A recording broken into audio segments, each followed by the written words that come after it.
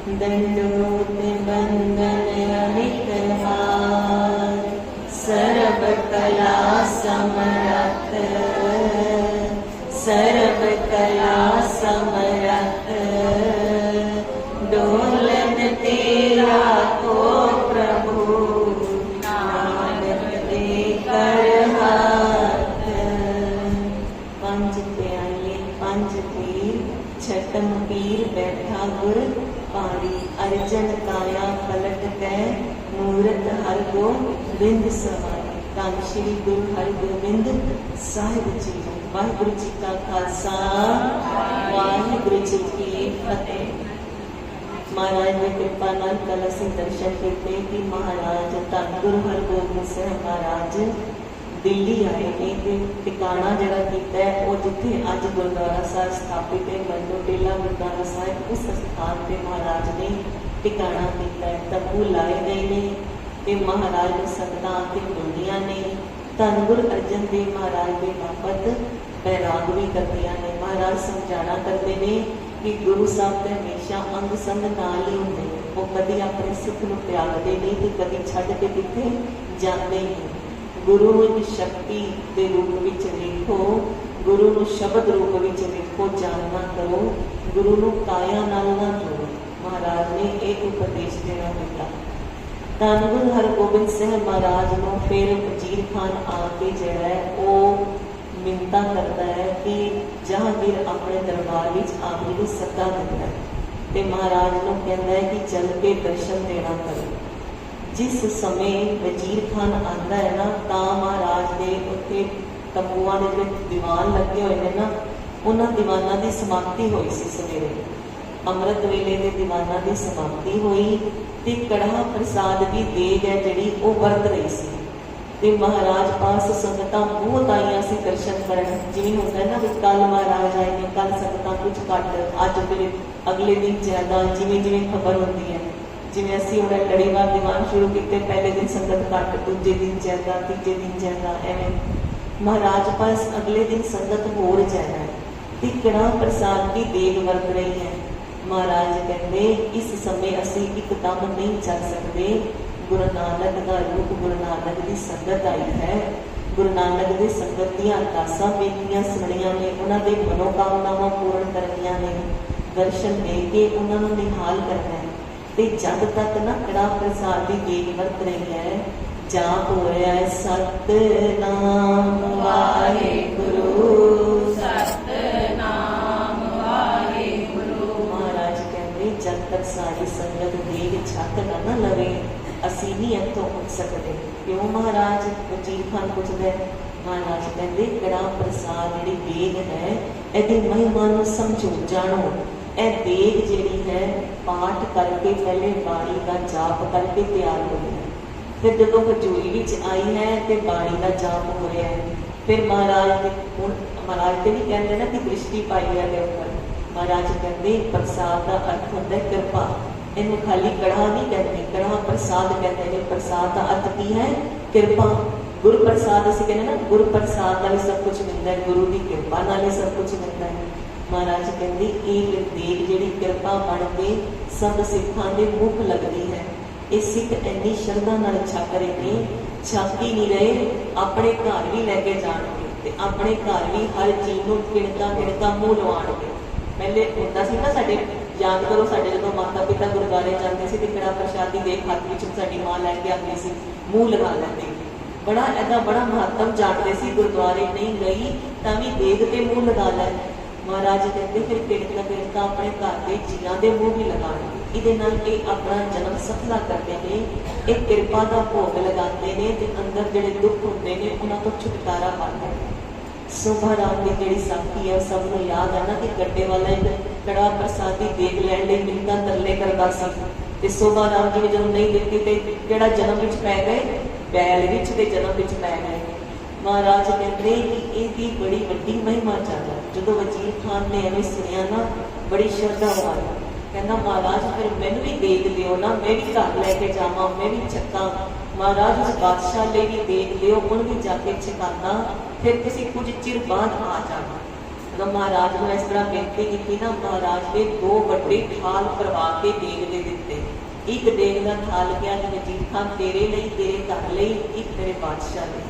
ਉਹ 2 ਠਾਲ ਬੜਾ ਖੁਸ਼ ਹੋ ਕੇ ਲੈ ਕੇ ਗਿਆ, ਇੱਕ ਆਪਣੇ ਘਰ ਪਹੁੰਚਾਇਆ, ਦੂਜਾ ਵਜ਼ੀਰ ਖਾਨ ਬਾਦਸ਼ਾਹ ਜਹਾਂਗੀਰ ਕੋਲ ਲੈ ਕੇ ਗਿਆ।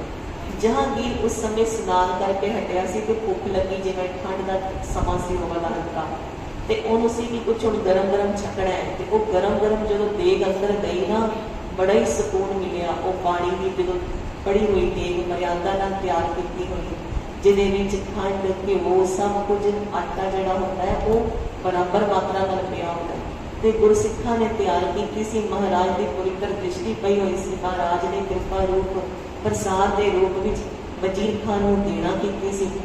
ਜਦੋਂ ਦੇਗ ਲਈ ਤੇ ਵਜ਼ੀਰ ਖਾਨ ਨੇ ਕਿਹਾ, ਉੱਥੇ ਸਾਰੇ ਧੰਨ ਗੁਰੂ ਨਾਨਕ ਵਾਹਿਗੁਰੂ ਕਹਿ ਕੇ ਛਕਦੇ ਨੇ, ਉਹਨੇ ਵੀ ਛਕ ਲਿੱਤੀ ਤੇ ਅੰਦਰ ਬੜਾ ਸਕੂਨ ਆਇਆ। ਤੇ ਫਿਰ ਵੱਡੀ ਮਹਿਮਾ ਜਾਣਦਾ ਹੈ ਕਿ ਵੀ ਗੁਰਿਆਈ ਵਿੱਚ ਕੋਈ ਸ਼ਕਤੀ ਤੇ ਹੈ, ਕਰਾਮਾਤ ਤੇ ਹੈ, ਸੰਤਾਂ ਦੀ ਗੱਦੀ ਹੈ, ਪਰ ਹੁਣ ਰੂਪ ਹੋਰ ਬਣਾ ਲਿਆ।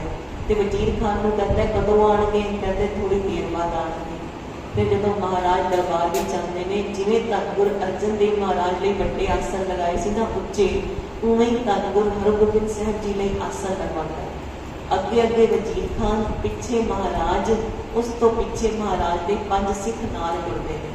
5 ਸਿੱਖ ਲਗਭਗ ਉਹੀ ਸਿੱਖ ਨੇ, ਕਹਿੰਦੇ ਜਿਹੜੇ ਸਿੱਖ ਧੰਨ ਗੁਰੂ ਅਰਜਨ ਦੇਵ ਮਹਾਰਾਜ ਨਾਲ ਸੀ, ਵਿਧੀ ਚੰਦ ਜੀ, ਭਾਈ ਮਹਿਤਾਜ ਜੀ। ਜਦੋਂ ਉਹ ਸਿੱਖਾਂ ਨਾਲ ਤੁਰ ਕੇ ਮਹਾਰਾਜ ਆਪਣੇ 5 ਸਿੱਖ ਸੇਵਕਾਂ ਨਾਲ ਚੱਲ ਕੇ ਆਉਂਦੇ ਨੇ, ਤੇ ਅੱਗੋਂ ਅਦਬ ਨਾਲ ਆਪਣੀ ਗੱਦੀ ਤੇ ਖੜਾ ਹੁੰਦਾ ਹੈ, ਤੇ ਮਹਾਰਾਜ ਨੂੰ ਉਹਨਾਂ ਦੇ ਆਸਣਾਂ ਤੇ ਵਿਰਾਜਮਾਨ ਕਰਾਇਆ ਜਾਂਦਾ ਹੈ। ਪਰ ਬੰਦਾ ਆਪਣਾ ਸੁਭਾਵ ਨਹੀਂ ਛੱਡਦਾ, ਸੁਭਾਵ ਵਸ਼ ਨਾਲ ਸ਼ਰਧਾ ਨਹੀਂ ਕਰਨਾ ਚਾਹੁੰਦਾ ਹੈ, ਮਹਿਮਾ ਨੂੰ ਵੀ ਜਾਣਨਾ ਚਾਹੁੰਦਾ ਹੈ, ਪਰ ਫਿਰ ਸੁਭਾਵ ਤੇ ਉਹੀ ਹੈ ਨਾ, ਰਾਜਨੀਤੀ ਵਾਲਾ, ਕਿਤੇ ਨਾ ਕਿਸੇ ਫਸਾਨਾ, ਕੋਈ ਆਪਣੀ ਚਲਾਕੀ ਸਿਆਣਾ ਦਿਖਾਵਾ। ਜਿਵੇਂ ਧੰਨ ਗੁਰੂ ਅਰਜਨ ਦੇਵ ਮਹਾਰਾਜ ਨੂੰ ਪੁੱਛੇ ਸੀ ਨਾ ਪ੍ਰਸ਼ਨ, ਉਹੀ ਉਹ ਫਿਰ ਪ੍ਰਸ਼ਨ ਦੁਹਰਾਉਂਦਾ ਹੈ। ਕਿਉਂ ਦੁਹਰਾਉਂਦਾ ਹੈ? ਕਿਉਂਕਿ ਦੇਖਦਾ ਹੈ ਕਿ ਗੱਦੀ ਤੇ ਸਾਦਗੀ ਵਾਲੀ ਸੀ। ਅੱਜ ਤੱਕ ਤੇ ਸਾਦੇ ਵਸਤਰ ਪਹਿਨ ਕੇ ਗੱਦੀ ਤੇ ਵਿਰਾਜਮਾਨ ਹੁੰਦੇ ਸੀ, ਸੰਤਾਂ ਵਾਲੀ ਗੱਦੀ ਸੀ ਗੁਰਿਆਈ ਦੀ। ਤੇ ਹੁਣ ਜਿਹੜੇ ਵਸਤਰ ਧਾਰਨ ਕਰ ਲੈਂਦੇ ਨੇ ਰਾਜਿਆਂ ਵਰਗੇ, ਮੇਰੇ ਵਰਗੇ। ਮੈਂ ਇੱਕ ਤਲਵਾਰ ਪਹਿਨੀ ਹੈ, ਇਹਨਾਂ ਨੇ 2 ਪਹਿਨੀਆਂ ਨੇ, ਤੇ ਕਹਿੰਦੇ ਨੇ ਕਿਰਪਾਨ ਹੈ। ਕਿਰਪਾਨ ਦਾ ਅਰਥ ਇਹ ਜਿਹੜੀ ਕਿਰਪਾ ਲਈ ਆਈ ਹੈ, ਕਿਰਪਾ ਆਨ, ਕਿਰਪਾਨ ਕਿਰਪਾ ਲਈ ਚੁੱਕੀ ਹੈ, ਆਪਣੇ ਕਿਸੇ ਨੂੰ ਮਾਰਨ ਲਈ ਨਹੀਂ, ਕਿਸੇ ਦੀ ਜ਼ਮੀਨ ਹਥਿਆਉਣ ਲਈ ਨਹੀਂ, ਪਰ ਮਹਾਰਾਜ ਨੇ ਕਿਰਪਾ ਲਈ, ਕਿਸੇ ਮਜਲੂਮ ਦੀ ਰਕਸ਼ਾ ਲਈ ਕਿਰਪਾ ਲਈ ਆਈ ਹੈ ਕਿਰਪਾਨ। ਉਹ 2 ਕਿਰਪਾਨਾਂ ਪਹਿਨੀਆਂ ਨੇ, ਮੀਰੀ ਤੇ ਪੀਰੀ ਕਹਿ ਕੇ। ਤੇ ਕਹਿੰਦੇ ਭਗਤੀ ਤੇ ਸ਼ਕਤੀ ਦਾ ਸੁਮੇਲ ਕਰਨਾ ਚਾਹੁੰਦੇ ਨੇ। ਸ਼ਕਤੀ ਤੇ ਦਿਖ ਰਹੀ ਹੈ ਕਿ ਸਰੀਰ ਵੀ ਬੜਾ ਸੁਰਮਿਆਂ ਵਾਲਾ ਹੈ, ਸਰੀਰ ਸੋਹਣਾ ਵੀ ਬੜਾ ਹੈ, ਤੇ ਅੰਦਰ ਕਿਆ ਉਹ ਭਗਤੀ ਜਿਹੜੀ ਗੁਰਿਆਈ ਸੀ, ਉਹ ਕਰਾਮਾਤ ਹੈ। ਇਹ ਜਾਣਨ ਲਈ ਫਿਰ ਕੋਈ ਉਹ ਪ੍ਰਸ਼ਨ ਦੁਹਰਾਉਂਦਾ ਹੈ, ਹਿੰਦੂ ਵੱਡੇ ਨੇ ਕਿ ਮੁਸਲਮਾਨ ਵੱਡੇ ਨੇ, ਅੱਲਾ ਵੱਡਾ ਹੈ ਕਿ ਰਾਮ ਵੱਡਾ ਹੈ? ਤੇ ਮਹਾਰਾਜ ਕਹਿੰਦੇ, ਪਹਿਲੇ ਪਿਤਾ ਜੀ ਕੋਲੋਂ ਸੁਣਿਆ ਸੀ ਨਾ, ਕੋਈ ਬੋਲੇ ਰਾਮ ਰਾਮ, ਕੋਈ ਬੁਲਾਏ, ਕੋਈ ਸੇਵੇ ਗੁਸਈਆਂ, ਕੋਈ ਅਲਾਏ। ਤੇ ਮਹਾਰਾਜ ਹੁਣ ਕਬੀਰ ਜੀ ਦੀ ਬਾਣੀ ਉਚਾਰ ਕੇ ਕਹਿੰਦੇ, ਅਮਲ ਅੱਲ੍ਹੈ ਨੂਰ ਪਾਇਆ, ਕੁਦਰਤ ਕੇ ਸਭ ਬੰਦੇ, ਏਕ ਨੂਰ ਤੇ ਸਭ ਜਗ ਉਪਜਿਆ, ਹੋਰ ਭਲੇ ਕੋ ਬੰਦੇ। ਮਹਾਰਾਜ ਸਮਝਾਣਾ ਕਰਦੇ ਕਿ ਉਹ ਵੱਡਾ ਪਰਮੇਸ਼ਰ ਹੈ ਜਿਹਨੇ ਸਭ ਕੁਝ ਉਪਾਇਆ। ਉਹਨੇ ਪਹਿਲੇ ਨੂਰ ਪਾਇਆ। ਪਰਮਾਤਮਾ ਦਾ ਨੂਰ ਕੀ ਹੈ? ਪਰਮਾਤਮਾ ਦੀ ਸ਼ਕਤੀ, ਜਿਹਨੂੰ ਭਗਵਤੀ ਵੀ ਕਹਿ ਸਕਦੇ ਹਾਂ। ਪਰਮਾਤਮਾ ਦਾ ਰੂਪ ਹੈ, ਪਰਮਾਤਮਾ ਦਾ ਨੂਰ। ਜਿਵੇਂ ਹੁਣ ਜਿਹੜੀ ਸਾਡੀ ਅੱਖ ਹੈ, ਉਹ ਸਾਡਾ ਹੀ ਤੇ ਰੂਪ ਹੈ ਨਾ। ਸਾਡੀ ਜਿਹੜੀ ਆਭਾ ਮੰਡਲ ਹੋਏਗਾ, ਨੂਰ ਹੋਏਗਾ, ਉਹ ਸਾਡਾ ਹੀ ਹੈ ਨਾ। ਮਹਾਰਾਜ ਕਹਿੰਦੇ ਪਰਮਾਤਮਾ ਨੇ ਪਹਿਲੇ ਆਪਣਾ ਨੂਰ, ਆਪਣੀ ਸ਼ਕਤੀ, ਆਪਣੀ ਆਵਾਜ਼ ਕਰਕੇ ਕੁਦਰਤ ਸਾਜੀ ਹੈ। ਫਿਰ ਇਹ ਸਾਰੇ ਜਿਹੜੇ ਨੇ ਜੀਵ ਉਪਾਏ ਨੇ, ਤੇ ਇਹਨਾਂ ਚੋਂ ਕੋਈ ਵੱਡਾ ਛੋਟਾ ਨਹੀਂ, ਸਭ ਇੱਕ ਬਰਾਬਰ ਨੇ। ਕੌਣ ਭਲੇ ਕੋ ਮੰਦੇ, ਮਹਾਰਾਜ ਸਮਝਾਣਾ ਕਰਦੇ। ਕਹਿੰਦੇ ਧੰਨ ਗੁਰੂ ਅਰਜਨ ਦੇਵ ਮਹਾਰਾਜ ਨੇ ਵੀ ਸਮਝਾਇਆ ਸੀ ਕਿ ਜਿਨੇ ਹੁਕਮ ਪਛਾਤਾ ਹੈ, ਤਿੰਨ ਪ੍ਰਭ ਸਾਹਿਬ ਦਾ ਭੇਦ ਤਿੰਨ ਜਾਤਾ। ਜਿਹੜਾ ਪਰਮਾਤਮਾ ਦਾ ਹੁਕਮ ਪਛਾਣਦਾ ਹੈ, ਉਹੀ ਉਹਦੇ ਭੇਦ ਨੂੰ ਜਾਣਦਾ ਹੈ। ਤੇ ਇੱਥੇ ਵੀ ਮਹਾਰਾਜ ਸਮਝਾਣਾ ਕਰਦੇ ਨੇ ਕਿ ਉਹਨੂੰ ਹੀ ਬੰਦਾ ਕਹੋ ਜਿਹੜਾ ਸਾਰਿਆਂ ਵਿੱਚ ਇੱਕ ਪਰਮਾਤਮਾ ਨੂੰ ਦੇਖਦਾ ਹੈ। ਜਦੋਂ ਮਹਾਰਾਜ ਐਵੇਂ ਗੁਰਬਾਣੀ ਦਾ ਉਪਦੇਸ਼ ਦਿੰਦੇ ਨਾ ਕਿ ਏਕ ਨੂਰ ਤੇ ਸਭ ਜਗ ਉਪਜਿਆ, ਤੇ ਫਿਰ ਉਹ ਜਦੋਂ ਸਮਝਦਾ ਨਹੀਂ ਇਸ ਗੱਲ ਨੂੰ, ਅੰਦਰ ਧਾਰਨ ਨਹੀਂ ਕਰਦਾ। ਇਹ ਵੀ ਨਾ ਆਪਣਾ ਸੁਭਾਅ ਹੁੰਦਾ ਹੈ ਜੀ। ਗਿਆਨ ਦਾ ਜਿਹੜਾ ਉਪਦੇਸ਼ ਹੋ ਰਿਹਾ ਹੈ, ਗੁਰਬਾਣੀ ਦਾ ਪਾਠ ਕਰ ਰਹੇ ਹਾਂ, ਸਾਡਾ ਭਾਂਡਾ ਕਿੰਨਾ ਪਿਆਰ ਹੈ, ਅਸੀਂ ਕਿੰਨਾ ਰੱਖਣਾ ਹੈ। ਭਾਈ ਗੁਰਪਾਲ ਸਿੰਘ ਜੀ ਨੇ ਨਾ ਜਿਹੜੇ, ਉਹ ਸੁਣਾਇਆ ਕਰਦੇ ਨੇ ਕਿ ਇੱਕ ਵਾਰੀ ਇੱਕ ਬੀਬੀ ਨੇ ਉਹਨਾਂ ਕੋਲੋਂ ਪ੍ਰਸ਼ਨ ਕੀਤਾ ਕਿ कश्मीर जो गए सी कहते ਅਸੀਂ गए तो उत्थे एक भैन ने ऑपरेशन किया कि मूल मंत्र कित तक करिए, गुरु प्रसाद तक करिए कि नानक होसी 20 सच तक करिए। कहते मैं उन्होंने समझाना किया कि नानक होसी 20 सच तक कर लो, भी करना ही है ना। कहते अगले साल फिर गए जो कीर्तन दरबार से, अगले साल भी उससे भैन ने फिर कोई किया मूल मंत्र कित तक करया करिए, नानक होसी 20 सच तक करया करिए कि गुरु प्रसाद तक करया करिए। कहते वही ऑपरेशन वही जगह मैंने चेहरा याद आ गया कि चेहरा भी वही वाला है। बस कई सिर्फ पूछते ने, पूछ के धारण नहीं करते, अपनाते नहीं। जो ने अपनाया होंगे साल पूरा सी मूल मंत्र करना शुरू कर दिता होंगे ना, अज भी उत्थे ही खड़ी है कि मूल मंत्र कितना करा, वही सवाल वही जगह। कहते वही सवाल तो वही जुगत, गुरु साहब तो वही ने ना, फिर वही सवाल ने कि कौन वड्डा है, वही सवाल ने जिहड़े गुरु नानक पातशाह कोल पूछे सी। ਜਿਹੜੇ ਧਾਰਨੀ ਹੁੰਦੇ ਨੇ ਨਾ ਉਹ ਤੇ ਧਾਰਨ ਕਰ ਲੈਂਦੇ ਨੇ ਮਹਾਰਾਜ ਦੇ ਉਪਦੇਸ਼ ਨੂੰ, ਉਹਦੇ ਅਨੁਸਾਰ ਜੀਵਨ ਜੀਂਦੇ ਨੇ। ਕਈ ਬਸ ਸਵਾਲਾਂ ਵਿੱਚ ਹੀ ਰਹਿੰਦੇ ਨੇ, ਉਹਨਾਂ ਨੇ ਖਾਲੀ ਆਰਗੂਮੈਂਟ ਹੀ ਕਰਨੇ ਨੇ। ਮਹਾਰਾਜ ਸਮਝਾਣਾ ਕਰਦੇ ਕੋਈ ਮਨੁੱਖ ਵੱਡਾ ਛੋਟਾ ਨਹੀਂ ਹੈ।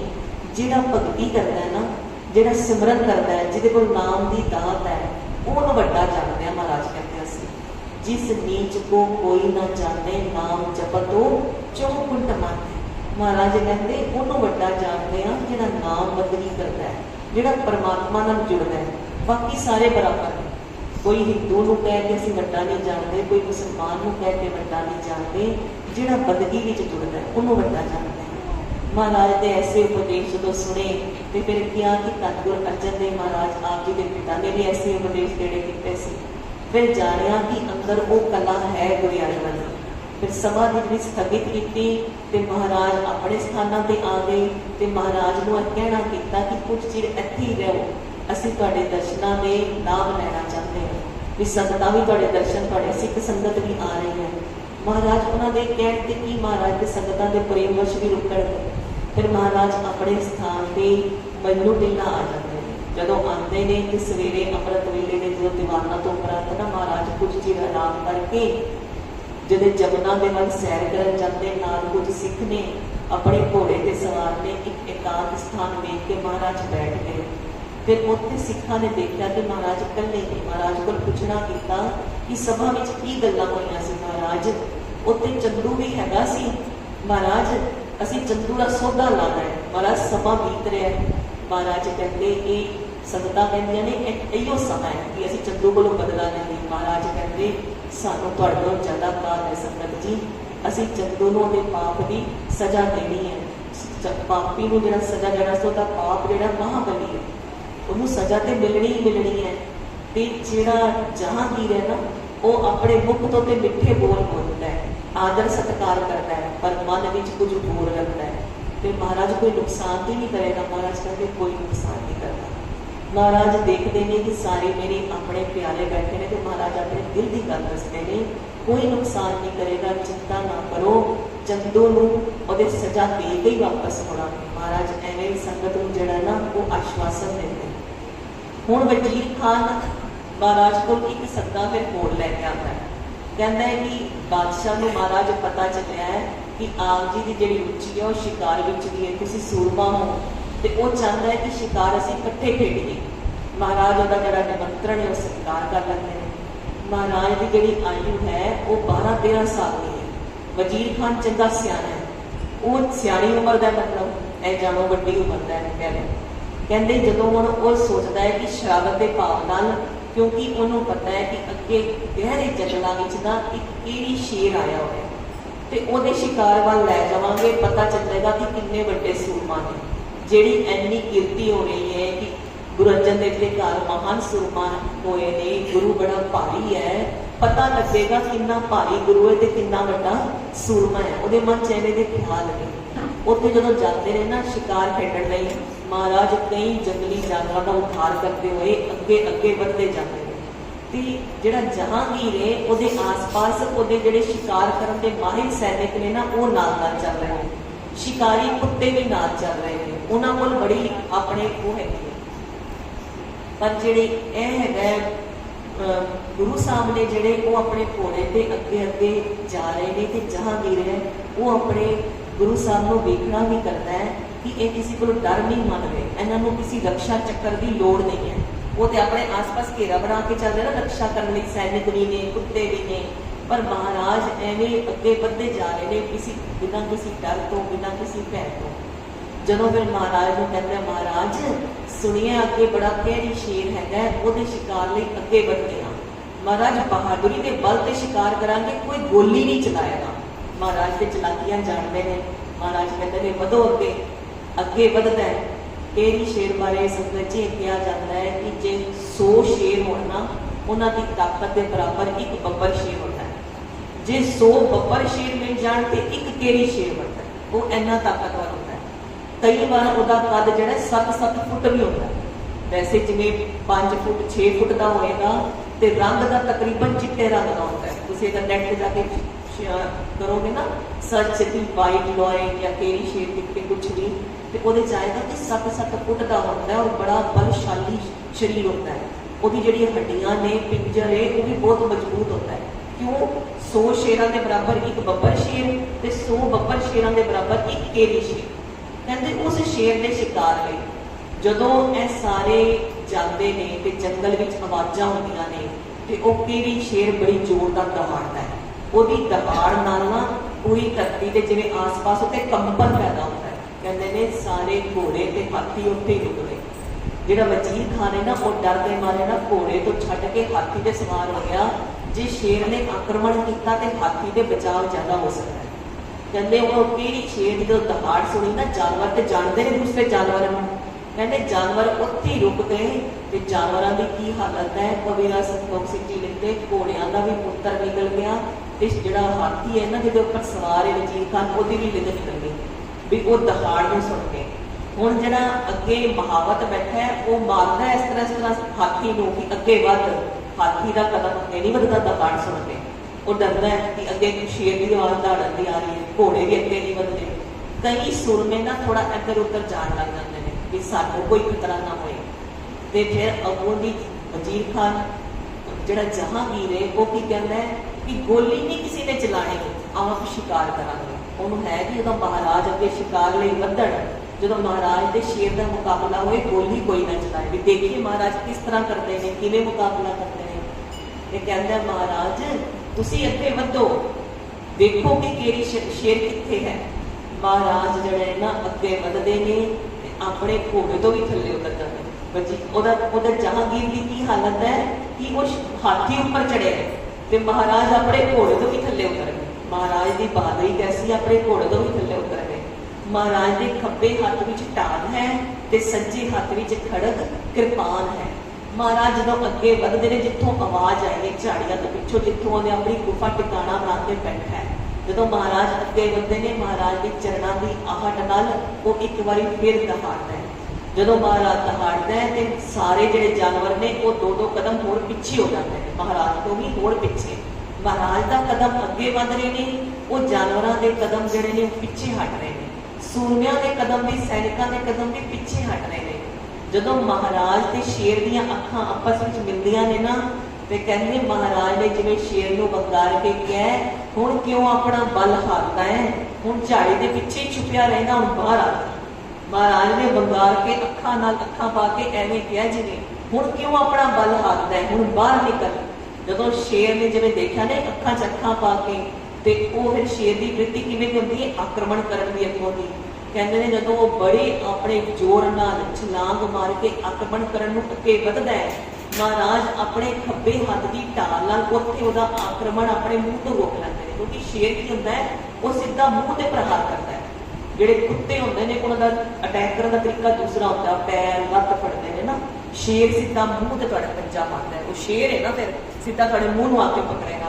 कहंदे महाराज जदों एवें जिहड़ा शेर 100 बब्बर शेरां की ताकत रखता है, ਉਹਦਾ प्रहार बड़े जोर नाल आया है। महाराज ने खब्बे हाथ की ढाल नाल रोक के ਉਹਨੂੰ ਐਵੇਂ परे सुटिया। जो परे वो गिरदा है ना, तो महाराज ने उसी तेजी नाल अपनी कृपान का वार किया तो दो टुटे गए उसी वक्त।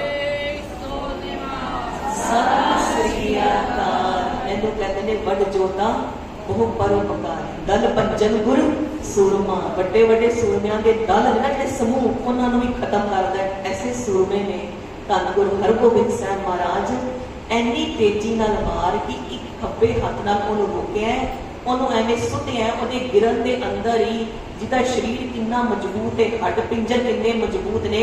ਇੱਕ ਕਿਰਪਾਨ ਦਾ ਮਹਾਰਾਜ ਨੇ ਵਾਰ ਕੀਤਾ, ਦੋ ਟੋਟੇ, ਦੋ ਲੱਤਾਂ ਇੱਧਰ ਇਸ ਤਰ੍ਹਾਂ ਕੀਆਂ ਨੇ, ਐਵੇਂ ਟੋਟੇ ਹੋ ਕੇ ਗਿਰ ਗਏ।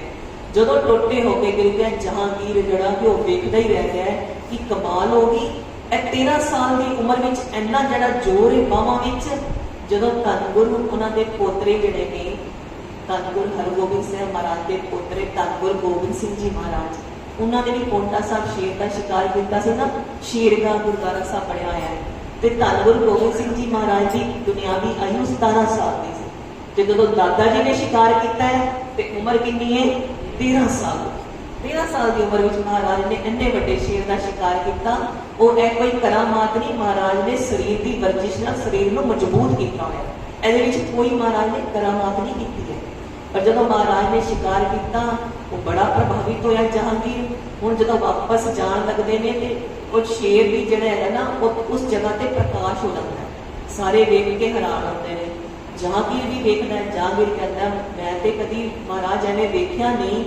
ਪੀਰ ਜੀ ਕਹਿੰਦਾ ਪੀਰ ਜੀ ਵੀ ਮੁਸਲਮਾਨ ਹੈ ਨਾ, ਕਹਿੰਦਾ ਪੀਰ ਜੀ ਮੈਂ ਕਦੀ ਵੇਖਿਆ ਨਹੀਂ ਕੋਈ ਜਾਨਵਰ ਮਰਿਆ ਹੋਏ ਤੇ ਚਿੱਟਾ ਪ੍ਰਕਾਸ਼ ਹੋ ਜਾਏ, ਅਸੀਂ ਬੜੀ ਵਾਰੀ ਸ਼ਿਕਾਰ ਕੀਤੇ ਨੇ ਜਾਨਵਰਾਂ ਦੇ।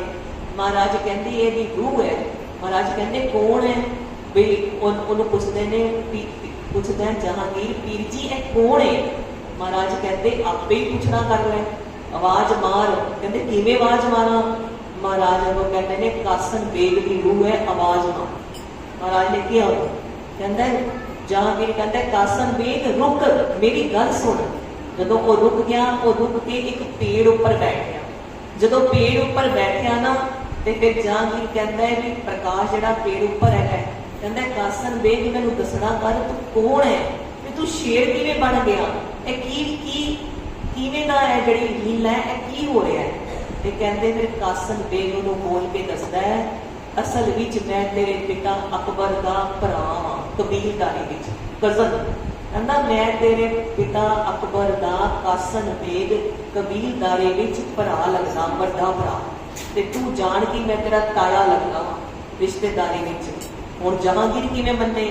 ਫਿਰ ਕਹਿੰਦਾ ਕਾਸਨ ਬੇਗ ਆਪਣੀ ਜਿਹੜੀ ਹੈ ਨਾ ਉਹ ਦੱਸਦਾ ਹੈ, ਕਹਿੰਦਾ ਮੇਰੀ ਗੱਲ ਕੀ ਬੀਤੀ ਤੂੰ ਸੁਣਨਾ ਕਰ, ਤੈਨੂੰ ਸਮਝ ਆਏ ਕਿ ਮੈਂ ਸ਼ੇਰ ਦੀ ਜੁੱਤੀ ਵਿੱਚ ਕਿਵੇਂ ਪਿਆ ਹਾਂ। ਕਹਿੰਦਾ ਜਦੋਂ ਤੇਰਾ ਪਿਤਾ ਅਕਬਰ ਜੀ ਹੈ ਤੀਸਰੇ ਪਾਤਸ਼ਾਹ ਧੰਨ ਗੁਰੂ ਅਮਰਦਾਸ ਜੀ ਦੇ ਦਰਬਾਰ ਵਿੱਚ, ਮੈਨੂੰ ਬੜਾ ਗੁੱਸਾ ਚੜਿਆ, ਮੈਨੂੰ ਬੜਾ ਰੋਹ ਆਇਆ ਕਿ ਹਿੰਦੂਆਂ ਦੇ ਗੁਰੂ ਨੇ ਜਿਹੜੇ ਉਹਨਾਂ ਕੋਲੋਂ ਦਾਨ ਲੈਂਦੇ ਨੇ, ਨਾਮਦਾਨ, ਉਹ ਸਿੱਖ ਅਖਵਾਉਂਦੇ ਨੇ, ਸਾਡਾ ਕੋਈ ਮੇਲ ਹੀ ਨਹੀਂ। ਤੇ ਸਾਡੇ ਪੀਰਾਂ ਦੇ ਕੋਲ ਜਾਣ ਦੀ ਬਜਾਏ ਇਹ ਧੰਨ ਗੁਰੂ ਅਮਰਦਾਸ ਜੀ ਪਾਸ ਕਿਉਂ ਜਾ ਰਿਹਾ ਅਕਬਰ? ਕਹਿੰਦੇ ਮੈਂ ਵੱਡੇ ਭਰਾ ਹੋਣ ਦੇ ਨਾਤੇ ਥੋੜਾ ਲੜਿਆ ਵੀ, ਪਰ ਅਕਬਰ ਨੇ ਮੇਰੀ ਸੁਣੀ ਨਹੀਂ। ਜਦੋਂ ਅਕਬਰ ਗਿਆ ਤੇ ਉਹਨੇ ਉਸ ਮਰਿਆਦਾ ਅਨੁਸਾਰ ਪੰਗਤ ਵਿੱਚ ਬਹਿ ਕੇ ਲੰਗਰ ਵਿੱਚ ਪਿਆ, ਤੇ ਉਹ ਗੁਰੂ ਦੀ ਕੀਰਤੀ ਨੂੰ ਨਾ ਮੈਂ ਜਾਣਿਆ ਨਹੀਂ। ਤੀਸਰੇ ਪਾਤਸ਼ਾਹ ਕਹਿੰਦੇ ਮੈਂ ਜਿਹੜੇ ਮੇਰੇ ਨਾਲ ਸਾਰੇ ਸੈਨਿਕ ਸੀ ਨਾ, ਉਹਨਾਂ ਵਿੱਚ ਬੈਠ ਕੇ ਗੁਰੂ ਦੀ ਬੇਦਬੀ ਕੀਤੀ, ਗੁਰੂ ਦੀ ਨਿੰਦਾ ਕੀਤੀ ਉਸ ਸਥਾਨ ਤੇ। ਫਿਰ ਮੈਂ ਲੰਗਰ ਵਿੱਚ ਛਕਿਆ, ਮੈਨੂੰ ਬੜਾ ਗੁੱਸਾ ਕਿ ਅਕਬਰ ਕਿਉਂ ਖਿਚੜੀ ਤੇ ਚਾਵਲ ਖਾ ਰਿਹਾ ਹੈ। ਕਹਿੰਦੇ ਮੈਨੂੰ ਗੁੱਸਾ ਚੜਿਆ ਤੇ ਮੈਂ ਗੁੱਸੇ ਨਾਲ ਉਸ ਅਸਥਾਨ ਦੇ ਮਾਸ ਰਿੰਨ ਕੇ ਮਾਸ ਖਾਧਾ, ਉਸ ਪਵਿੱਤਰ ਗੋਇੰਦਵਾਲ ਸਾਹਿਬ ਦੇ ਪਵਿੱਤਰ ਸਥਾਨ ਤੇ। ਕਹਿੰਦੇ ਪਰ ਜਦੋਂ ਮਾਸ ਰਿੰਨਿਆ ਤਾਂ ਜਲਦੀ ਸੀ ਖਾਣ ਦੀ, ਬਈ ਕਿਸੇ ਨੂੰ ਐਵੇਂ ਪਤਾ ਵੀ ਨਾ ਚੱਲੇ, ਮਾਸ ਕੱਚਾ ਰਹਿ ਗਿਆ ਸੀ। ਮਾਸ ਕੱਚਾ ਰਹਿ ਗਿਆ, ਉਹ ਮੈਂ ਰਿੰਨਿਆ ਹੋਇਆ ਅੱਧਾ ਕੱਚਾ ਪੱਕਾ ਮਾਸ ਖਾਧਾ। ਜਦੋਂ ਮਾਸ ਖਾਧਾ ਤੇ ਰਾਤ ਨੂੰ ਮੇਰੇ ਪੇਟ ਵਿੱਚ ਬੜਾ ਸੂਰ ਉੱਠਿਆ। ਉਹ ਮੈਂ ਜਦੋਂ ਬੜਾ ਤੜਪਣ ਲੱਗਿਆ, ਮੇਰੇ ਕੋਲ ਤੜਪਣ ਦਰਦ ਦੀ ਬਰਦਾਸ਼ਤ ਨਹੀਂ ਹੋਈ ਨਾ, ਤੇ ਮੈਨੂੰ ਯਾਦ ਆਇਆ ਕਿ ਮੈਂ ਕੱਚਾ ਪੱਕਾ ਮਾਸ ਰਿੰਨ ਕੇ ਖਾਧਾ ਤੇ ਮੈਂ ਗੁਰੂ ਦੀ ਬੇਦਬੀ ਕੀਤੀ ਹੈ, ਵੀ ਉਹਦੀ ਸਜ਼ਾ ਮਿਲ ਰਹੀ ਹੈ ਮੈਨੂੰ ਕਿ ਮੈਂ ਇੰਨਾ ਦਰਦ ਹੋ ਰਿਹਾ ਹੈ। ਇਸ ਸਥਾਨ ਤੇ ਇਹ ਕਰਨਾ ਮਨਾ ਸੀ। ਜਦੋਂ ਮੇਰੇ ਮਨ ਚ ਐਵੇਂ ਦੀ ਵਿਚਾਰ ਆਈ ਤੇ ਕਹਿੰਦੇ ਮੈਨੂੰ ਲੱਗਿਆ ਕਿ ਮੇਰਾ ਮਰਨਾ ਨੇੜੇ ਹੈ, ਤੇ ਮੈਂ ਕਦੀ ਉਸ ਕੱਚੇ ਪੱਕੇ ਮਾਸ ਨੂੰ ਯਾਦ ਕਰਾਂ ਜਿਹੜਾ ਮੈਂ ਖਾਧਾ, ਕਦੀ ਮੈਂ ਗੁਰੂ ਨੂੰ ਯਾਦ ਕਰਾਂ ਕਿ ਮੇਰਾ ਕੀ ਬਣੇਗਾ। ਕਹਿੰਦੇ ਉਸ ਅਵਸਥਾ ਵਿੱਚ ਜਿਹੜੇ ਮੇਰੇ ਪ੍ਰਾਣ ਨਿਕਲ ਗਏ। ਜਦੋਂ ਮੇਰੇ ਪ੍ਰਾਣ ਨਿਕਲੇ ਤੇ ਮੇਰੇ ਦਿਮਾਗ 'ਚ ਦੋ ਗੱਲਾਂ ਸੀ, ਇੱਕ ਧੰਨ ਗੁਰੂ ਅਮਰਦਾਸ ਜੀ ਮਹਾਰਾਜ ਤੇ ਦੂਜਾ ਉਹ ਕੱਚਾ ਮਾਸ। ਕਹਿੰਦੇ ਤੇ ਮੈਂ ਸ਼ੇਰ ਦੀ ਜੁੰਡੀ 'ਚ ਪੈ ਗਿਆ। ਕਿਉਂ ਪੈ ਗਿਆ? ਵੀ ਕੱਚਾ ਮਾਸ ਮੇਰੇ ਅੰਦਰ ਸੀ ਉਸ ਸਮੇਂ, ਤੇ ਮੈਂ ਸ਼ੇਰ ਦੀ ਜੁੰਡੀ 'ਚ ਗਿਆ, ਜਿਸ ਜੁੰਡੀ 'ਚ ਮੈਂ ਕੁਝ ਹੋਰ ਖਾ ਹੀ ਨਹੀਂ ਸਕਦਾ ਸਿਵਾਏ ਕੱਚੇ ਮਾਸ। शेर जिहड़ा शिकार करके मांस तो इलावा कुछ नहीं खा सकता। कहते कच्चे मांस तो इलावा मैं इस जूनी च कुछ खा ही नहीं सकता, मैं इस जूनी विच पै गया। कहते मेरी यह हालत हुई। गुरबाणी की कहती है भी जिहड़ा तुसीं चिंतन करते हुए मरते हो ना, तुहानूं ऐसी ही जूनी मिलती है। कहते भी ऐसी चिंता में जय मरे, जिहड़ा लक्ष्मी की चिंता करते हुए मरदा है वो की कहता है सरग जोन वल वल उतरे। ਜਿਹੜੇ ਕਹਿੰਦੇ ਆਪਣੇ ਲੜਕੇ परिवार सिमरते हुए मरता है ਉਹਨੂੰ कहते ने ऐसी चिंता मैं जै मरे सुकर जोन वल वल, उस सूअर की चोनी च पैंदा है। ਜਿਹੜੀ अपनी इस्तरी का चिंतन करते हुए मरता है वो वेश्यावां की चोनी च पैंदा है। महाराज ने अगे ਜਿਹੜੇ त्रिलोचन जी ने वो कहते ने ਜਿਹੜਾ परमात्मा का चिंतन करते हुए मरता है ना, बदत त्रिलोचन तीन नर मुक्ता पितांबर वाके हृदय बसे। महाराज कहते कि उन्होंने हृदय च परमात्मा बसता है जिहड़े परमात्मा का चिंतन करते हुए मरते हैं। कहते फिर शेर की जूनी च पिया ते फिर कहते लेकिन जिहड़ा मैं एक काम किया ना कि मेरे मन में चिंतन तीसरे पातशाह धन गुरु अमरदास का सी, वो चिंतन के बदले मैनूं ऐ सुख मिलिया है कि मैनूं ते तीसरे पातशाह धन गुरु अमरदास जी लग रहे हैं। तैनूं लग रहा कि छेवें पातशाह ने ते हरगोबिंद साहब जी ने मेरे लिए ते तीजे पातशाही ने ते इन्हां ने अज कृपान मार के मैनूं जिहड़ा मुक्ति की दात दी। क्योंकि बाणी की कहती है जे गुरु के चिंतन में मरोगे तो मुक्ति की दात मिलेगी, वाहिगुरू सिमरन करते हुए मिलोगे तो जम नहीं आएंगे, महाराज के प्यारे आएंगे लैन लई। कहते जदों एवें जाया ना कि महाराज की ऐसी वड्डी वडियाई देखी तो उस समय कुछ समय लिए प्रभावित होया ते वो कासन बेग ने कहना किया कि कर्मां की गति बड़ी तेज है, इहनूं ध्यान रख, तू बादशाह है, तू वडभागी है कि तैनूं छेवें पातशाह के दर्शन हो रहे हैं। वड्डे भागां नाल गुरु के दर्शन नसीब होंदे ने, इहनूं अजाए ना जानदे जिवें मैं नहीं जानिया सी गुरु की वडियाई नूं, तू भी वो धोखा ना खाए। वो कह के चला गया, पर जिहड़ा हुण भांडा है वो पूरा तैयार नहीं। वो फिर रस्ते में जा रहे हैं तो महाराज की ताकत की सराहना कर रहे हैं। महाराज क्या शिकार किया, महाराज बड़ा आनंद आया वेख के। पीर जी तुसी कमाल कर दिते, तुहाडी बाहां विच बड़ा जोर है, एक बार भी तुसी दो टुकड़े कर दिते। पर जो कासन बेग ने कहना किया ना, वो वडियाई फिर विसर गए कि कर्मां की गति ऐसी है। वो वडियाई फिर विसर गया है कि गुरु की वडियाई को जानना कर कि जो अखीरले समय तेरे मन में चिंतन होएगा उहदे हिसाब नाल तेरी जूना होणगीआं। ते अखीरले समय चिंतन केड़ा होएगा जो असी सारी जिंदगी चिंतन किया होएगा। महाराज जो नाम की दात देते हैं ना, ये बड़ी भागां नाल मिलदी है। नदर करे तो सिमरिया जाए, ये एवें नहीं मिलती। असी सुखमनी साहब विच रोज पढ़ते हैं, जिसनों कृपा करे तिस आपन नाम दे वडभागी, नानक जन से कोई वडभागी ने जिन्होंने परमात्मा की कृपा नाल अकाल पुरख वाहिगुरू की कृपा नाल नाम की दात मिलती है। नाम की दात बड़ी औखी महाराज कोलों मिन्नतां करके मिलती है, जिन्हें महाराज तरस करते हैं। फिर जे असी अखीरले समय किसी भी कारण नाल माए महाराज का चिंतन कर लैंदे, नाम लै लैंदे, महाराज इन्ने कृपालु ने कि वो साडे जिहड़ा नाम लिया ना उठाए पाते हैं। क्यों अंजामन भी महाराज ने दात दिता सी, जे अखीरले वक्त अपने पुत्र को नारायण किया सी तां भी कर गया सी। एक ना एवें दी आम तुसीं कहो कि जर्मन विच नौकरी करता सी एक सिख जेलर के नाल, जर्मन विच नौकरी करता सी ते वो जेलर के नाल नौकरी करने के नाल ना जेल विच गालां कढ़दियां मोटियां मोटियां, वो गालां कढ़न दी बड़ा सुभाव हो गया, बड़ियां गालां कढ़दा सी। जदों रिटायरमेंट तो बाद अपने पिंड वापस आया, जिहड़ा अपना घर है उत्थे हुण गुरबाणी नाल जुड़े सी परिवार वाले, ते उन्होंने बड़ा वस लगाया कि गालां ना कढ़िया कर, गाल कट्टण तो बगैर गल ही नहीं होती। वाहिगुरू का नाम भी लिया करो, पर वो कोलों लिता ही ना जाए, वो नहीं लैता, वो गल नहीं करता, ना कोई कोशिश की। जदों अखीरला समा आया ना, ते जदों परिवार वाले जिहड़े ने वो जी ने गुरुद्वारे जाते हैं, वो संगत करते हैं, उन्होंने समझ आए, वो अखीरला समा जान के कहते हैं बापू, उन्होंने वोटी भी कहती भी हुण ते कह लो वाहिगुरू, अगों ना मोटियां ही गल्लां मूँह चांदियां ने, वाहिगुरू नहीं किया जाता। कहता मेरे को किया नहीं जाता। परिवार वाले कहते हैं की नहीं किया जाता, ऐ सोच के भी बोलेगा भी की नहीं किया जाता, भी वाहिगुरू नहीं किया जाता। कहते कोई जो तुसीं बोलते हो ना मेरे को किया नहीं जाता, अंदरों वाहिगुरू बोलिया ही नहीं जा रहा, क्योंकि पूरी जिंदगी गालां कढ़ के गुस्सा ही नहीं किया जाता, कभी मिठा बोलिया ही नहीं। परिवार वालों ने बड़ी कोशिश की, कहते फिर जी जवाई सी ना परिवार का, उसका नाम सी राम सिंह। कहते जो जवाई आया ना, इन्होंने एग्जाम्पल को सोच के ना कहते बापू कौन आया है, कि हूँ कहेगा राम सिंह आया है, ना ही कुछ भला हो जाए। तो कहता गुड्डी का परौना आया, भी राम सिंह नहीं कह सकिया, महाराज की कृपा है। कहता गुड्डी का परौना आ गया, प्राण निकल गए। महाराज की कृपा हुए ते नाम मिलता है। इस करके उहियों वाह वाह उन्होंने मूँह चों निकलता है जेडे बड़े भागी होते हैं। महाराज की कृपा नाल असीं बड़े भागां वाले हाँ। क्यों? क्योंकि उन्होंने हजूरी च बैठ के की कर सकते हैं। सतनाम वाहेगुरु, सतनाम वाहेगुरु, सतनाम वाहेगुरु, सतनाम वाहेगुरु, सतनाम वाहेगुरु, सतनाम वाहेगुरु। महाराज को अज बेनती करिए, महाराज असीं दर्शन कीते कि जिसने आके अपने आप जी के स्थान से पवित्र स्थान से मांस विन के खाता, वो अपने उस कर्म नाल शेर की जूनी विच ते पिया। पर महाराज आप जी को याद करन दे बदले कि मैं बेदबी की है, एवें ही करके याद किया सी ते ओदे बदले 1 जून, सिर्फ 1 जून मिली ना शेर की। ते आप जी ने आके फिर मुक्ति की दात अपने हथ नाल दित्ती, अपने शस्त्र का वार करके। महाराज अज उस आप जी के विरुद्ध के दर्शन किए ने। महाराज कृपा करनी, जो साडा समा आए ना, आप जी ने कृपा करके आप भी साडे मूँह कटवा लेना।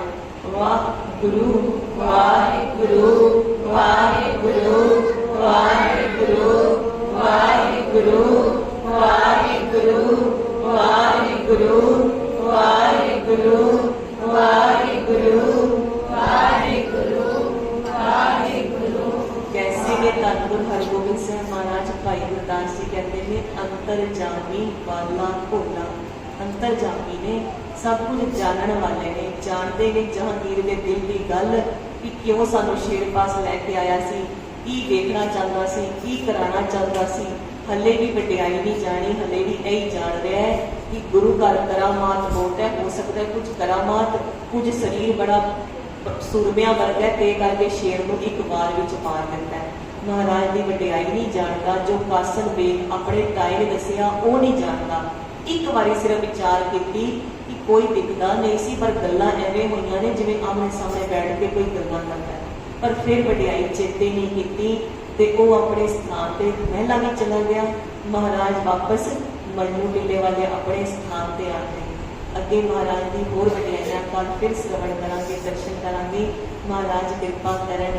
पंज प्याले पंज पीर, पंज प्याले पंज पीर, छठम पीर बैठा गुर पारी, छठम पीर बैठा गुर पारी, छठम पीर बैठा गुर पारी, छठम पीर बैठा गुर पारी। अर्जन काया पलट के, अर्जन काया पलट के, मूरत हर गोबिंद सवारी, मूरत हर गोबिंद सवारी, मूरत हर गोबिंद सवारी, मूरत हर गोबिंद सवारी।